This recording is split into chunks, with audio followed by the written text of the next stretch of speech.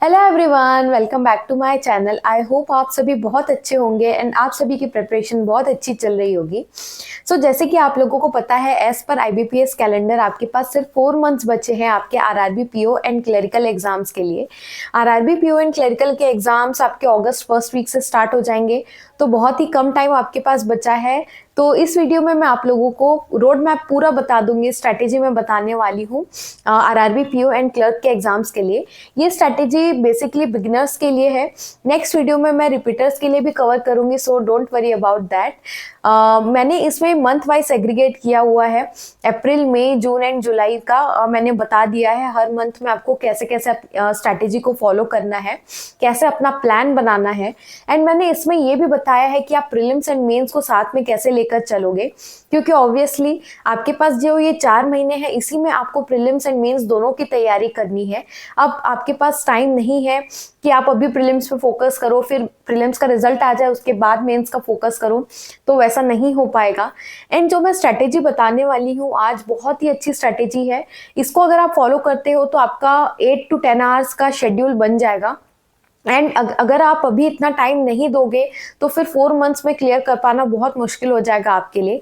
And हालांकि आपके पास अभी बहुत कम टाइम बचा है, तो इसमें आपको अब सीरियस हो जाना चाहिए अपनी स्टडीज़ को लेकर। अपनी मेहनत को आपको अपनी बढ़ानी है अगर आपको इसी साल सिलेक्शन लेना है।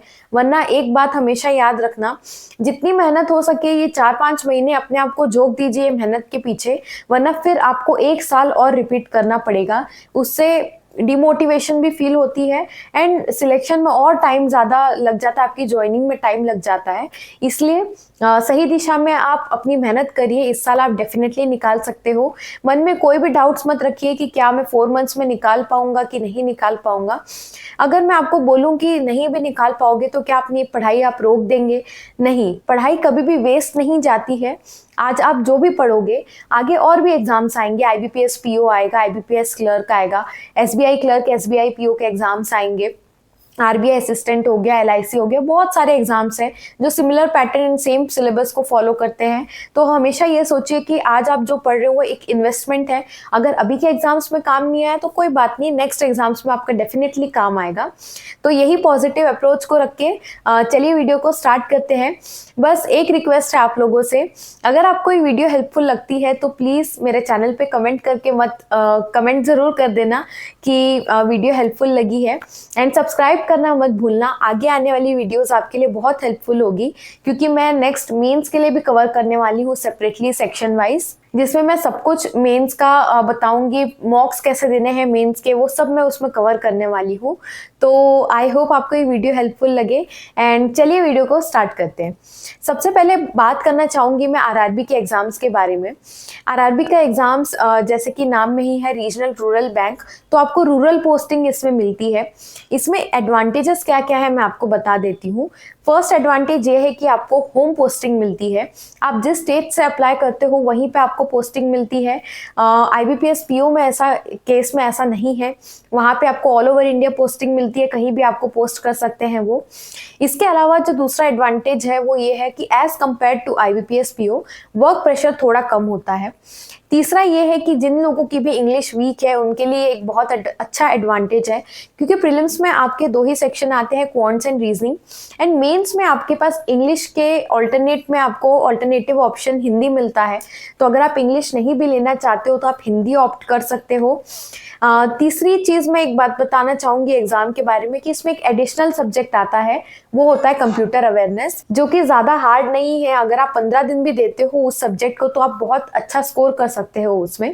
तो ये एग्जाम जो है थोड़ा ईजियर लेवल पे भी होता है as compare to IBPS PO. RRB PO का एग्जाम का लेवल जो है वो थोड़ा ईजियर साइड में होता है, इसलिए इसकी कट ऑफ जो है वो थोड़ी हाई जाती है। तो अब मैं आपको बता देती हूँ मंथ वाइज आपको क्या फॉलो करना है। तो बात करते हैं सबसे पहले अप्रैल मंथ की। अप्रैल मंथ में आपका प्राइमरी फोकस होना चाहिए अपने बेसिक्स को क्लियर करने के लिए। जैसे कि अभी 3 मंथ्स ओवर हो चुके हैं, जनवरी, फरवरी एंड मार्च, तो मैं आपसे उम्मीद करती हूँ कि एटलीस्ट थोड़ा बहुत तो आपने पढ़ना स्टार्ट कर ही दिया होगा। नहीं भी किया तो कोई दिक्कत नहीं है। आपको क्या करना है, इस अप्रैल मंथ में आपको अपना सिलेबस कवर करना है। आप वीडियोस देखिए एंड सिलेबस को कंप्लीट करिए। सारे सेक्शंस को आपको कवर करना है। क्वांट्स, रीजनिंग एंड इंग्लिश, इन तीनों के ऊपर आप पहले अभी फोकस बनाइए, इन तीनों का सिलेबस आपको कंप्लीट करना है। अब बात करते हैं सेक्शन वाइज आपको कैसे अप्रोच फॉलो करना है। तो सबसे पहले बात करते हैं क्वांट सेक्शन की। क्वांट सेक्शन में आपको 3 मेन चीजें हैं जो आपको आनी चाहिए, वो है स्क्वायर्स आपको 30 तक आनी चाहिए, आपको टेबल्स आनी चाहिए 20 तक, एंड क्यूब्स आपको लर्न होने चाहिए 15 तक। इसको आप एक जगह नोट्स बना के भी लिख सकते हो, डेली इसको आप रिवाइज करेंगे। अप्रैल मंथ जो पूरा है डेली आप पेपर में लिख के इसको रिवाइज करते रहेंगे। मैं भी जो मैंने पर्सनल स्ट्रेटेजी फॉलो की है मैं आज आपको वही बताने वाली हूँ। बाकी आप quants and reasoning, English, current affairs, इन चारों का जो डिटेल स्ट्रेटेजी है मैंने अपने चैनल पर ऑलरेडी रिसेंटली ही अपलोड किया था, तो मैं रिकमेंड करूंगी आप जरूर से वो वीडियोस को जाकर देखना। ये जब हो जाए उसके बाद आपको सबसे पहले जाके कैलकुलेशन ट्रिक्स सीखना है। आशीष अरोरा सर की वीडियो आप देख सकते हो, उनके पेड प्लेटफॉर्म में भी देख सकते हो, या फिर उनके यूट्यूब पे फ्री ऑफ कॉस्ट मिल जाएगी, वो वीडियो को आप देखिए। मल्टीप्लीकेशन एडिशन की ट्रिक्स आप सीख लीजिए। उसके बाद आपको क्या करना है, स्पीड मैथ्स की तरफ मूव करना है। स्पीड मैथ्स की क्लासेस देख लीजिए, एंड डेली आपको क्या करना है, जब आपने 2 से 3 दिन ही लगेंगे आपको उसके बेसिक्स क्लियर करने के लिए। सिंप्लीफिकेशन, अप्रोक्सीमेशन हो गया, क्वाड्रेटिक इक्वेशन हो गया, wrong number, missing number series है, 3 से 4 दिन मैक्सिमम इसमें लगेंगे। आप इसके अप्रोच सीख लीजिए, क्वेश्चंस को कैसे अप्रोच करना है। उसके बाद आपको क्या करना है, ये स्पीड मैथ्स के क्वेश्चंस आपको डेली प्रैक्टिस करना है जब तक आपका एग्जाम नहीं आ जाता। ये इंपॉर्टेंट इसलिए है क्योंकि ये ही 15 to 20 मार्क्स का आपका आ जाता है प्रीलिम्स में, एंड इसके लिए स्पीड की बहुत जरूरत होती है। अगर आप इसकी प्रैक्टिस डेली नहीं करोगे तो इसमें काफी आपकी स्पीड कम हो जाएगी। एंड दूसरा, आपकी इसमें अगर अच्छी स्पीड रहती है तो आपको अरिथमेटिक एंड डीआई में काफी हेल्प मिलती है। तो इसको आपको पहले सीख लेना है, एंड डेली फिर उसके 15-15 क्वेश्चंस आपको लगाने हैं। क्वाड्रेटिक इक्वेशंस के 15 क्वेश्चंस, नंबर सीरीज के 15 क्वेश्चंस, एंड सिंप्लीफिकेशन अप्रोक्सीमेशन के 15 क्वेश्चंस आपको लगाने हैं। उसके बाद आपको क्या करना है, डीआई पे जाना है। डीआई में सारे टाइप्स के आपको डीआई कवर करनी है। वीडियोस देखिए, सीख लीजिए डीआई को कैसे अप्रोच करते हैं। बहुत सारे टीचर्स अवेलेबल है। आशीष अरोरा सर हो गए, कौशिक मोहंती सर हो गए, इसके अलावा हर्षल सर हो गए। तो कोई भी टीचर्स को आप फॉलो कर सकते हो। हर्षल सर की 365 डीआई वाली प्लेलिस्ट है, आप उसको भी रिफर कर सकते हो। तो स्पीड मैथ्स के आप डेली क्वेश्चंस को सॉल्व करते रहेंगे। उसके बाद आपको क्या करना है, अरिथमेटिक के 2 इंपॉर्टेंट टॉपिक्स है, रेशियो, प्रोपोर्शन एंड परसेंटेज। इसकी क्लासेस आप देखिए, इसके क्वेश्चंस आप बहुत सारे क्वेश्चंस को आपको सॉल्व करना है। ये 2 टॉपिक होने के बाद आपको डीआई की क्लासेस देखनी है, उसके क्वेश्चंस को आपको प्रैक्टिस करना है। देन आपको आखिरी में मूव करना है अरिथमेटिक की तरफ। अरिथमेटिक में 2 टॉपिक्स तो रेशियो, प्रोपोर्शन एंड परसेंटेज आपने खत्म कर दिए हैं। उसके बाद आप एक टॉपिक की वीडियोस देख देख के उसको कंप्लीट करिए। एक बात आपको और ध्यान रखनी है, आपको अरिथमेटिक में कोई भी टॉपिक को स्किप नहीं करना है। एंड एक बात आप ध्यान रखिए, जैसे मान लीजिए आपने स्पीड मैथ्स के क्वेश्चंस डेली सॉल्व किए, डीआई की क्लासेस खत्म हो गई, तो अब आपको क्या करना है, स्पीड मैथ्स के क्वेश्चंस को भी सॉल्व करना है, आपकी कैलकुलेशन ट्रिक्स को भी आपको डेली रिवाइज करते चलना है। इसके साथ आपको डीआई के क्वेश्चंस भी आपको सॉल्व करने हैं। फिर जब आपके अरिथमेटिक के क्वेश्चंस हो जाते हैं, आपके अरिथमेटिक के क्लासेस हो जाते हैं, तब आपको क्या करना है, अरिथमेटिक की पहले टॉपिक वाइज प्रैक्टिस जरूर कर लेना क्वेश्चंस की। इससे आपका अरिथमेटिक स्ट्रांग होगा, इससे आपको बहुत ज्यादा हेल्प होगी अरिथमेटिक में। काफी बच्चे डरते भी हैं अरिथमेटिक सब्जेक्ट से, तो उनके लिए काफी अच्छा सॉल्यूशन है। तो ये क्वांट्स का मैंने आपको बता दिया, हालांकि मैं टू डू लिस्ट भी आप लोगों से शेयर करूंगी। इसके बाद बात करते हैं रीजनिंग की। रीजनिंग के लिए आपके पास एक एडवांटेज है एज कम्पेयर टू क्वांट्स, आप ये 10 दिन में ही कवर कर सकते हो। रीजनिंग एक comparatively easy to understand subject है, जिसके आप वीडियोस देख लेते हो, अप्रोच आप जल्दी सीख लेते हो, आप जल्दी कैच कर लेते हो। उसके बाद जो है आपको अपना मेन ध्यान देना है अपने प्रैक्टिस की ओर। इसमें जितना ज़्यादा आप अपने प्रैक्टिस की ओर ध्यान लगाएंगे उतना ज़्यादा आपको स्पीड मिलेगी एक्यूरेसी के साथ में।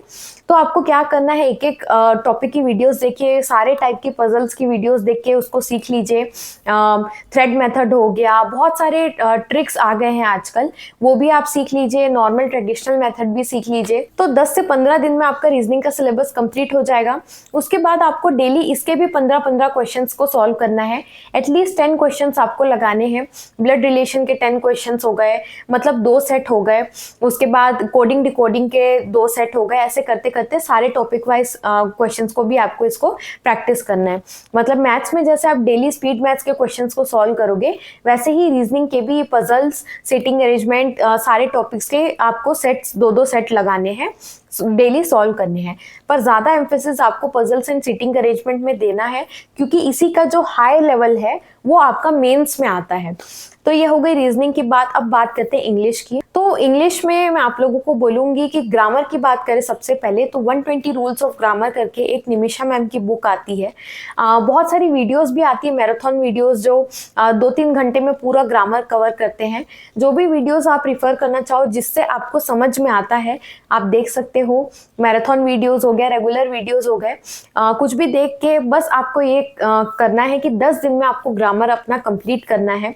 120 रूल्स ऑफ ग्रामर अगर आप फॉलो करते हो, मैंने भी वही किया था। डेली 10 to 12 रूल्स आप पढ़िए एंड 12 दिन में आपके 10 अगर रूल्स डेली पढ़ते हो तो 12 से 13 दिन में आपका कवर हो जाएगा।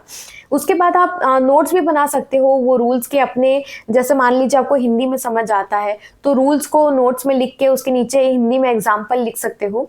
एंड आपको क्या करना है, इसको वीकेंड में रिविजन करते चलना है, तो आपका ग्रामर का पोर्शन हो जाएगा। इसके बाद डेली आपको एडिटोरियल्स रीड करने हैं, एटलीस्ट 2 एडिटोरियल आपको रीड करनी है। कोई भी न्यूज़पेपर से आप रीड कर सकते हो। एंड कोशिश करना कि आप वीडियोस ना देखो एडिटोरियल की। अगर बहुत ज़्यादा दिक्कत आती है तो आप YouTube videos initially 7 to 10 days आप देख सकते हो, बट उसके बाद मैं आपको बोलूँगी कि आप खुद ही से एडिटोरियल आप डेली खुद से पढ़िए। इसके बाद आपको क्या करना है, डेली या फिर ऑल्टरनेट डेज में निमिषा मैम की चेकलिस्ट आती है इंग्लिश की, उसको सॉल्व करिए। तो अब मैं बताती हूँ इंग्लिश के लिए डेली आपको क्या करना है। इंग्लिश के लिए डेली आपको 2 एडिटोरियल्स रीड करने हैं एंड बाकी जितने भी टॉपिक्स आते हैं उसके आपको क्वेश्चंस को सॉल्व करना है टॉपिक वाइज। जैसे आरसी हो गई, डेली आपको एटलीस्ट 2 आरसी को सॉल्व करना है प्री लेवल की। उसके बाद जैसे क्लोज टेस्ट हो गया, सेंटेंस रीअरेंजमेंट हो गया, सबके एटलीस्ट 3-3 सेट। अगर आपकी इंग्लिश वीक है तो आप 3-3 सेट डेली आप सॉल्व करिए। एंड अगर आपकी इंग्लिश ठीक है तो भी आप डेली 2-2 सेट एक टॉपिक के आपको सॉल्व करने हैं। आप क्या कर सकते हो, इसके ऑल्टरनेटिव मैं आपको बता देती हूँ। जैसे मान लीजिए आपने 2 दिन टॉपिक वाइज क्वेश्चंस को प्रैक्टिस किया, तीसरे दिन आप क्या कर सकते हो, चेकलिस्ट लगा सकते हो। निमिषा मैम की चेकलिस्ट है जो वो शेयर करती है अपने टेलीग्राम चैनल पे, जो आपको फ्री ऑफ कॉस्ट मिल जाएगी, आप वहां से कर सकते हो। एंड अगर इससे नहीं करना है तो आपके पास गाइडली का भी पीडीएफ है, जहाँ पे आपको सारे क्वेश्चंस आपको एक जगह मिल जाएंगे, सारे सेक्शंस भी एक जगह मिल जाएंगे, आप वहां से कर सकते हो। तो आप शुरू में क्या करो, टॉपिक वाइज क्वेश्चंस को प्रैक्टिस करो एंड बीच बीच में आप चेकलिस्ट को सॉल्व करना स्टार्ट कर देना।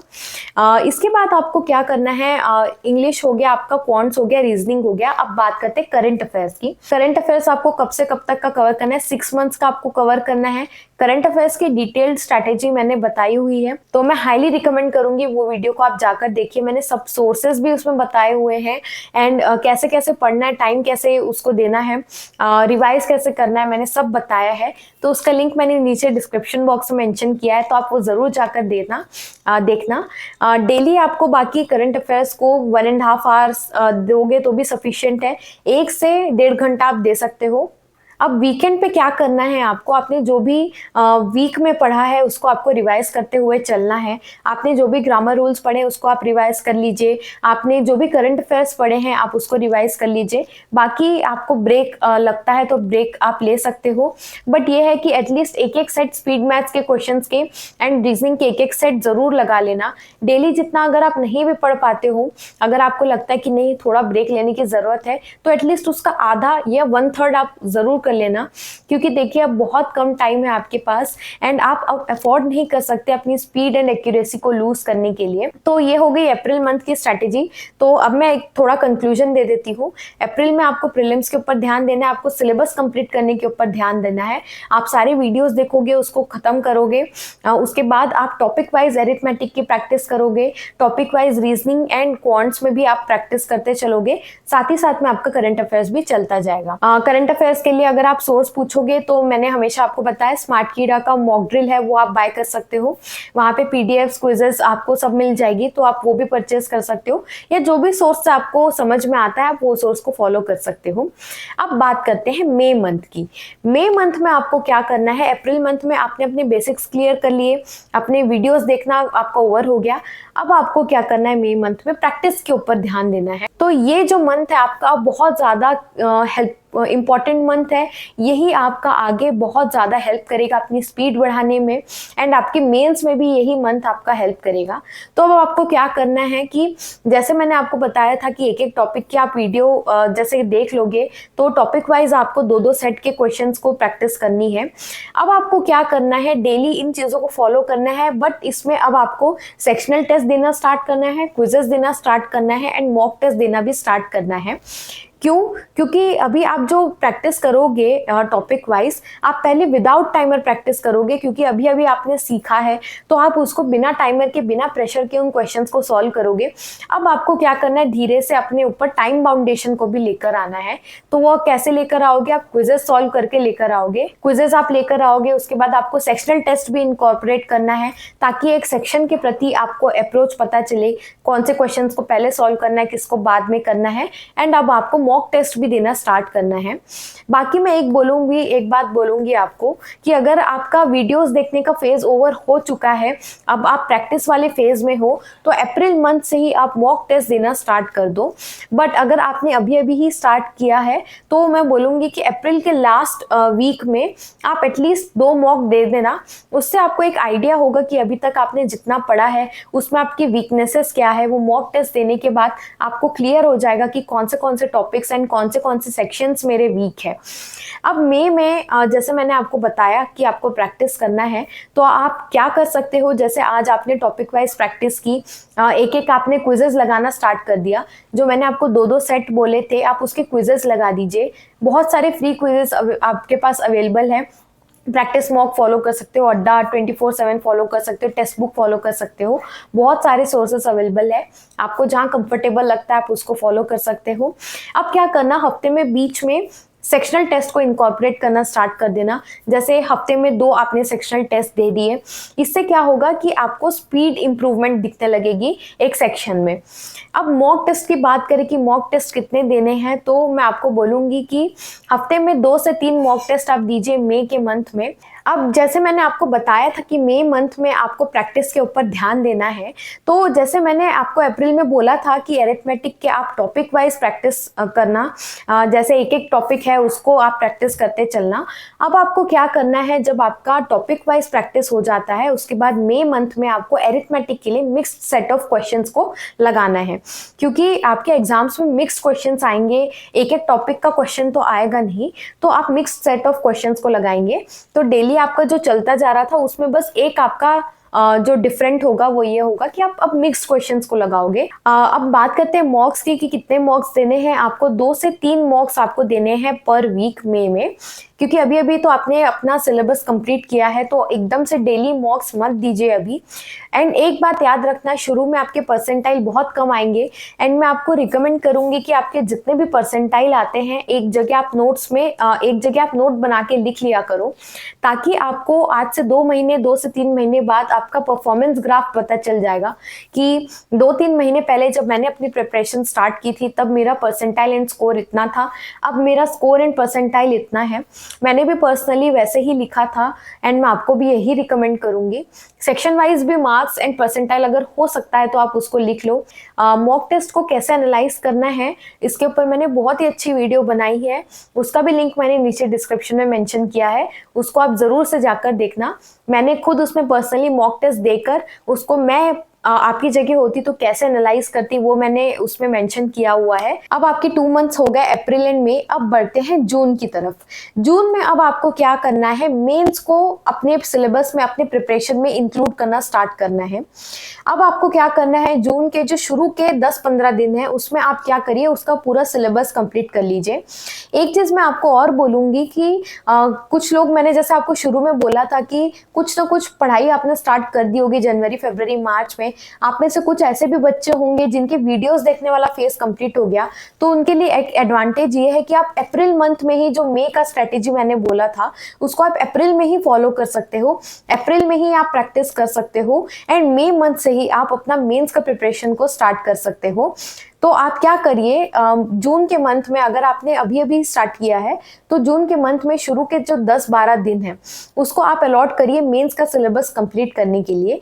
मेंस का एक हिस्सा आपने ऑलरेडी स्टार्ट कर दिया जो कि है करंट अफेयर्स। अब आपके पास बचा है quants, reasoning and computer awareness. Computer awareness सिर्फ 15-20 दिन का ही सब्जेक्ट है, उसको आप आराम से कंप्लीट कर सकते हो।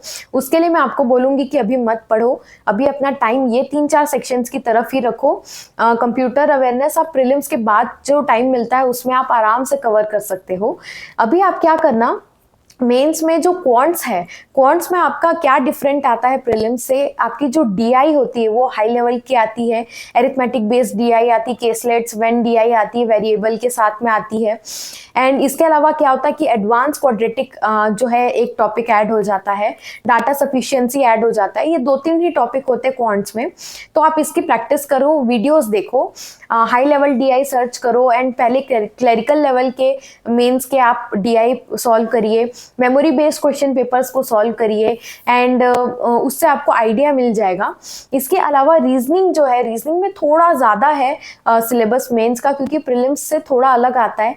इसमें आपका आता है high level puzzles and seating arrangement, इसमें भी डाटा सफिशिएंसी आता है, critical reasoning, machine input output. तो मैं ये बोलूँगी कि शुरू के 10-12 दिन अगर आप पढ़ते हो तो आराम से मेंस का रीजनिंग एंड क्वांट्स का जो समझने का अप्रोच, सीखने का तरीका है, वीडियोस देख के आप आराम से कवर कर सकते हो।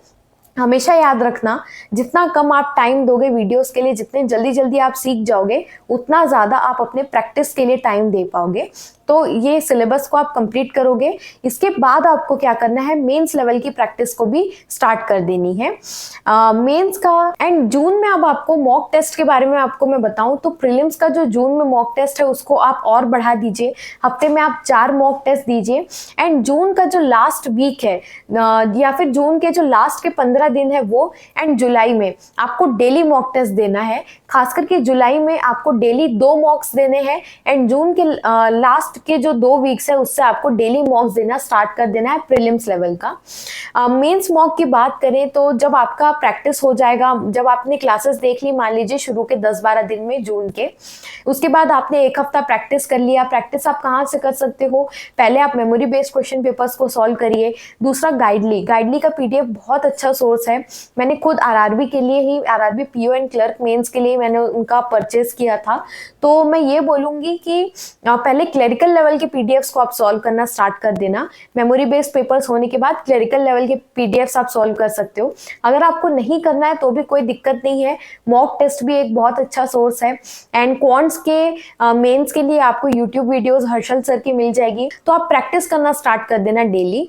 कितने प्रैक्टिस करने, कितने क्वेश्चंस करने, वो टू डू लिस्ट में बहुत जल्द आपको शेयर कर दूंगी। तो मई में आप क्या करोगे कि अपना जो डेली का प्रैक्टिस करे थे प्रीलिम्स का, डेली का जो मॉक टेस्ट दे रहे थे वो तो दोगे ही, बट आप मेंस का भी प्रैक्टिस करना स्टार्ट कर दोगे। एंड आपको जब एक डिसेंट अमाउंट ऑफ क्वेश्चंस आपने जब मेंस के प्रैक्टिस करना स्टार्ट कर दिया, उसके बाद आपको क्या करना है, कंसिडर करना है मेंस के मॉक टेस्ट को देना। मेंस का मॉक आप जून के मंथ में हफ्ते में 1 मॉक दीजिए एंड उसको एनालाइज करिए, उसके सारे क्वेश्चंस को सॉल्व करिए अच्छे से। एंड मैं बोलूँगी कि कोशिश करना कि एटलीस्ट ये जो 4 है इनमें से 2 मॉक्स आप टाइमर के साथ दो। जुलाई में आप इसकी फ्रीक्वेंसी बढ़ा सकते हो, हफ्ते में 2 मॉक आप दे सकते हो मेंस का। बाकी प्रीलिम्स के लिए तो आप डेली 2-2 मॉक्स तो दोगे ही। जुलाई का तो मैंने आपको बोला ही था कि प्रीलिम्स के ऊपर आपको ज्यादा फोकस रखना है, क्योंकि अगस्त से ही आपको प्रीलिम्स का एग्जाम आ जाएगा। तो अगर आप सिर्फ मेंस के पीछे भागते रहोगे तो प्रीलिम्स में आपकी स्पीड कम हो जाएगी। इसमें आप प्रीलिम्स मेंस का आपको पढ़ाई बंद नहीं करनी है जुलाई में, बट प्रीलिम्स के ऊपर थोड़ा सा ज़्यादा आपको फोकस करना है। तो ये स्ट्रैटेजी आप फॉलो करिए। बाकी अभी तो खैर अप्रैल का मंथ ही स्टार्ट हुआ है, मई जून में मैं वापस से जो टू डू लिस्ट है प्रीलिम्स एंड मेंस की वो मैं बताऊंगी। मेंस के लिए स्पेसिफिकली आप लोगों को कैसा पढ़ना है वो भी मैं आपको बताऊंगी। तो ये थी वीडियो जिसमें मैंने आपको बता दिया 4 मंथ्स की स्ट्रैटेजी।